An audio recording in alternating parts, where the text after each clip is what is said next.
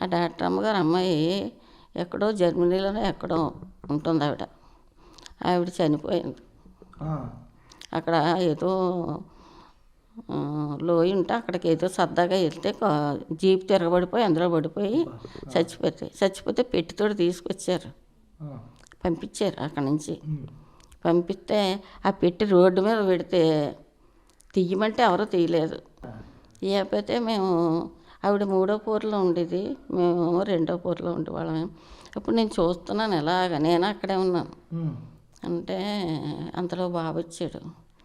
వచ్చి ఏమైందమ్మంటే ఆ డాక్టర్ అమ్మగారు పాప చనిపోయిందంటమ్మా, ఎప్పుడు పెట్టో తీయమంటున్నారో పెట్టి తీయలేదు అన్నాను. అన్నారా, నేను వెళ్తానుండు అని వెళ్ళాడు. వెళ్ళేసి సుత్తి ఉందా, అది ఉందా, ఇది ఉందా అని అడిగి అందరినీ అడిగి శవాన్ని మూత తీసేసాడు.